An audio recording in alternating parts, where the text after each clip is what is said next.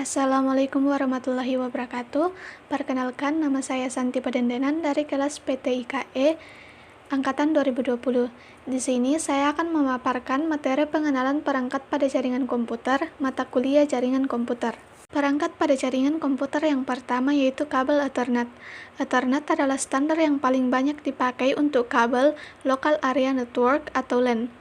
Di antara semua kategori kabel UTP, kabel CAT5E dan kabel CAT5 merupakan yang paling populer yang banyak digunakan pada jaringan Ethernet. Yang kedua, kabel koaksial. Kabel koaksial adalah sarana penyalur atau pengalir hantar atau transmitter yang bertugas menyalurkan setiap informasi yang telah diubah menjadi sinyal-sinyal listrik. Ada beberapa tipe kabel koaksial, diantaranya yang pertama hardline, yang kedua triaxial kabel, yang ketiga rigid line, yang keempat radiating kabel. Kemudian yang ketiga kabel fiber optik. Fiber optik adalah sebuah bahan dari serat kaca untuk membuat kabel. Biasanya, fiber optik digunakan sebagai kabel perusahaan telekomunikasi. Jenis-jenis kabel fiber optik yaitu yang pertama fiber optik single mode, yang kedua fiber optik multimode. Yang keempat, modem. Fungsi modem adalah yang pertama sebagai alat pengubah sinyal digital menjadi analog, yang kedua menghubungkan perangkat dalam jaringan, yang ketiga melakukan pemeriksaan paket data dan komunikasi, yang keempat melakukan kegiatan modulasi dan demodulasi, yang kelima melakukan kompres data yang dikirim sinyal melalui sinyal. Jenis-jenis modem yaitu modem eksternal, modem internal, modem ISDN, modem GSM, modem ASL, dan model kabel. Yang kelima yaitu hub. Hub merupakan perangkat jaringan yang mengirimkan paket data ke semua port yang terhubung ke hub sehingga paket data tersebut sampai pada tujuan atau broadcast. Jenis-jenis hub yaitu yang pertama aktif, penghubung jalur secara fisik serta menjadi penguat sinyal jaringan merupakan peran dari jenis hub aktif. Yang kedua, pasif. Sedangkan jenis hub yang berperan sebagai pemisah atau pembagi dalam jaringan adalah pasif. Tentu saja jenis pasif tidak membutuhkan banyak tenaga listrik. Yang keenam, switch.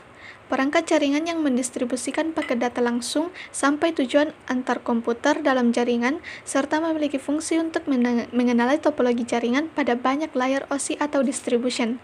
Adapun jenis-jenis switch antara lain sebagai berikut. Yang pertama, unmanaged switch, yang kedua managed switch, yang ketiga smart switch, dan yang keempat enterprise managed switch. Kemudian yang ketujuh, router. Router adalah sebuah alat untuk mengirimkan paket data melalui jaringan atau internet untuk dapat menuju tujuannya. Proses tersebut dinamakan routing. Ada beberapa jenis router yang dapat ditemui. Secara umum, jenis router terbagi dalam 3 jenis, yaitu yang pertama, router berdasarkan mekanismenya yaitu router statis dan router dinamis. Yang kedua, berdasarkan media transmisi yaitu router kabel dan router wireless.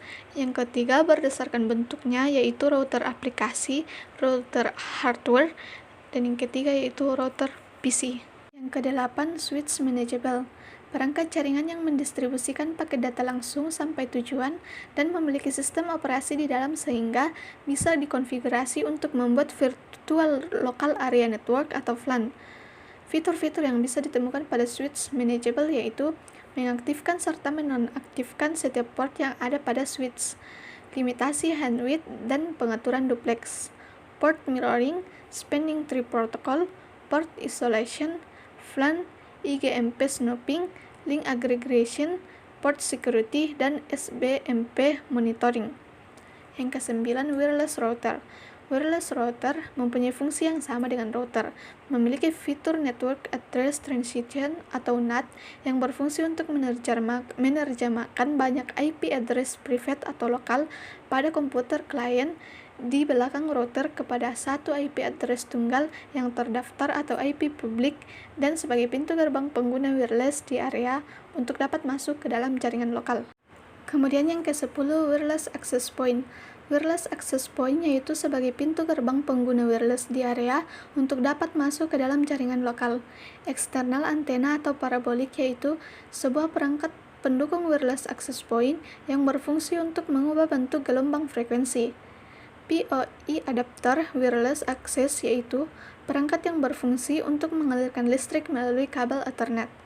Kemudian yang ke-11, converter atau bridge. Untuk menghubungkan dua jenis jaringan yang berbeda media seperti Twisted Pair atau UTP dengan kabel fiber optik, konverter terbagi menjadi 5 jenis, yaitu konverter AC-DC atau rectifier. Yang kedua, konverter AC-AC atau cycloconverter. Yang ketiga, konverter DC-DC atau DC copper. Yang keempat, konverter DC-AC atau inverter. Yang kelima, penyiara. Rangkaian penyiara diode mengubah tegangan AC ke tegangan DC tetap. Tegangan masukan ke penyiara dapat bersifat satu fasa ataupun 3 fasa. Yang ke-12, server dan workstation. Server berfungsi untuk melayani permintaan dari workstation. Permintaan workstation bisa berupa file, data, aplikasi, dan sebagainya.